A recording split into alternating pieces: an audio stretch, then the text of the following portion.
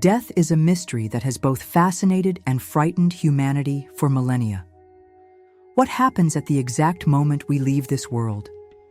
Is there something beyond the end? These questions echo in the minds of millions of people, yet few have ever had the chance to obtain a concrete answer. And among those few, some have returned to tell what they saw.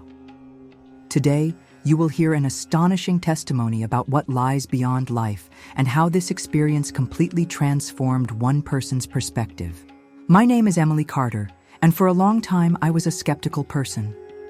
As an emergency room physician, I witnessed countless lives fade away before my eyes. To me, death had always been a physiological process, a definitive end to existence. But all that changed on the day I crossed that border myself and returned to tell the story. It was an ordinary morning. I had just finished an exhausting shift, and despite the fatigue, decided to go for a run in the park near my house to clear my mind. The fresh morning air seemed to renew my energy. The day was beginning, and I felt that nothing could go wrong. But then, in an instant, everything changed. A car speeding down the road ran a red light. I didn't hear the impact. I didn't feel any pain. All I remember is that suddenly, I was no longer there. The world around me darkened for a brief moment, but soon I was enveloped by something entirely unexpected.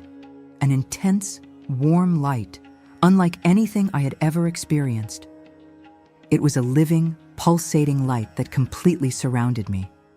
But it wasn't just the brightness that affected me. It was what I felt. All pain, all fear, all anxiety had vanished.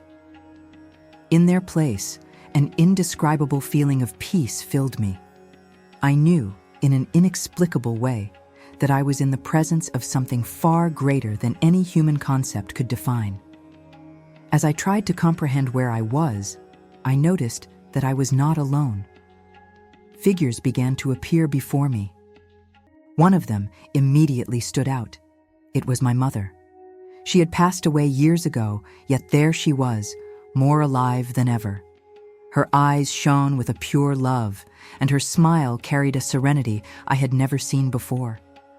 She called my name, and simply by her presence, I knew I was safe. But before I could ask anything, something even more extraordinary happened. The light around us began to transform, and then I saw. A figure of indescribable beauty approached. His gaze carried a love so profound that it seemed to pierce through my soul. I knew immediately who he was. It was Jesus, but not in the way the world portrays him. He was not just a man in a white robe. His presence was majestic, overwhelming. He radiated both power and compassion at the same time. He called my name. His voice was soft, yet it carried absolute authority. "Emily, there is something you need to see," he said. And then, before I could react, everything around me changed. I saw images passing before my eyes. They were scenes of the world, of humanity, but they were not ordinary scenes. I saw people completely absorbed by screens and devices, families sitting at the table without exchanging a single word, young people hypnotized by empty distractions. It was as if a veil had been lifted from my eyes, and I could see reality as it truly was. Jesus then said to me, "The greatest enemy of the truth is not direct lies, but distraction. The world is being led away from what truly matters, and few realize it."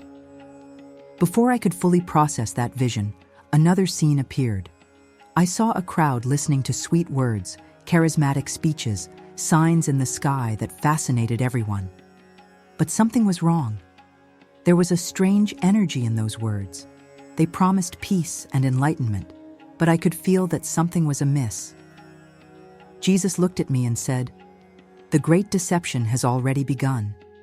Many will be swayed by soft yet empty words. They will promise light, but bring darkness. Tell my people to stand firm in the truth, for those who are not rooted will fall." Then, a third vision was shown to me. This time, it was different. I saw a great spiritual movement taking place. People turning to God, miracles happening, lives being restored. But at the same time, I saw persecution. I saw those who chose to follow this truth being ridiculed, attacked, even killed. This will be a time of trial, Jesus said, but those who remain faithful will receive a reward that cannot be taken away. The truth always comes at a price, but what follows is eternal. And then, the final event appeared before me. The heavens opened. An indescribable light took over everything, and there he was, returning. I saw crowds falling to their knees, some in adoration, others in pure terror. It was the moment for which all of humanity had waited. Jesus looked at me one last time and said, "Tell them I'm coming back. Tell them to be ready." In an instant, everything disappeared. I felt a shock run through my body, and suddenly, I was back. The air filled my lungs as if I had never breathed before. I opened my eyes and saw unfamiliar faces above me. They were paramedics. The first thing I noticed was the intense pain. But at the same time, something within me had changed forever. I knew that what I had experienced was not a dream, not an illusion. It was real as the world around me. The doctors were perplexed. My injuries were much less severe than they should have been. Despite having been hit squarely by a car, I was alive, and I knew there was a purpose to it. In the following days, my recovery was swift, almost miraculous. But the greatest struggle was not physical. It was emotional and spiritual. How could I explain something like this to the people around me? How could I convey the magnitude of what I had seen? I began sharing it with those closest to me. Some listened with admiration, others with skepticism. But it didn't matter. My role was not to convince, but simply to tell the truth. And then, I realized something essential. This message was not mine to carry alone. My work was to share it and trust that those who needed to hear it would listen. It was then that I remembered Jesus' words, "You are never alone. I will always be with you." The following days were a whirlwind of emotions. While my body recovered surprisingly quickly, my mind struggled to process everything I had experienced.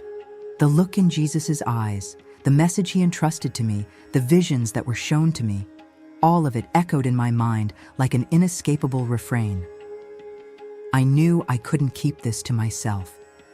But how could I share something so extraordinary in such a skeptical world?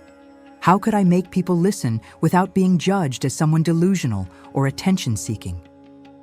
At the hospital, some people came to visit me. My closest friends looked at me with a mix of concern and curiosity. I knew they wanted to understand what I was trying to say, but at the same time, they were afraid of what it meant. I told the truth. I told them about the light, about Jesus, about what he revealed to me. Some people listened with tears in their eyes. Others looked away, not knowing what to say. It was then that I realized something important. It wasn't my mission to convince anyone. Jesus did not tell me to force people to believe. He only asked that I share. The first time I spoke about my experience publicly was at the church in my town. The pastor, an old family friend, was impressed with my recovery and invited me to give a testimony. I hesitated, but then I remembered Jesus' words. "Tell them I am coming back." I climbed onto the pulpit with trembling hands. I looked at the people before me. Some smiled, others looked at me with skepticism. I took a deep breath and began to speak. I talked about the accident, about how I closed my eyes to this world and woke up in a place so real and so full of love that it was impossible to explain. I talked about my mother, about how she welcomed me with a smile and prepared me for what was to come. And then I talked about Jesus. As I narrated the vision, I could see the expressions of the people changing. Some tears were shed, some heads bowed in prayer. Other people stared intently at me, as if something within them had been awakened. "He is coming back," I said, "and he wants us to be ready." Silence filled the church for a long moment. Then, One person began clapping, then another. And suddenly, the entire congregation was on its feet. But the most important thing was not the applause. It was the transformation I saw in the eyes of many of those people. From that day on, my life was never the same. I began receiving messages from people who had heard my story and wanted to know more. Some were struggling with doubt. Others were seeking a spiritual rebirth. Gradually, I realized that my mission was not just to recount what happened, but to help those who were searching for answers. But I also faced criticism. Some people laughed at me, saying that it was all a hallucination caused by trauma. Others accused me of seeking fame. I knew this would happen. On the toughest days, when doubt tried to overwhelm me, I closed my eyes and remembered. I remembered the light. I remembered Jesus' presence. I remembered the indescribable peace I felt. And then, I found the strength to continue.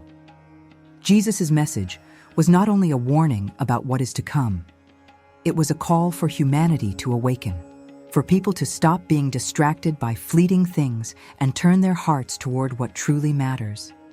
I know that not everyone will believe my story, but I know that those who need to hear it will listen. And for those who feel that there is something more, for those who wonder if there is something beyond what we can see, the answer is yes. He is coming back, and we need to be ready.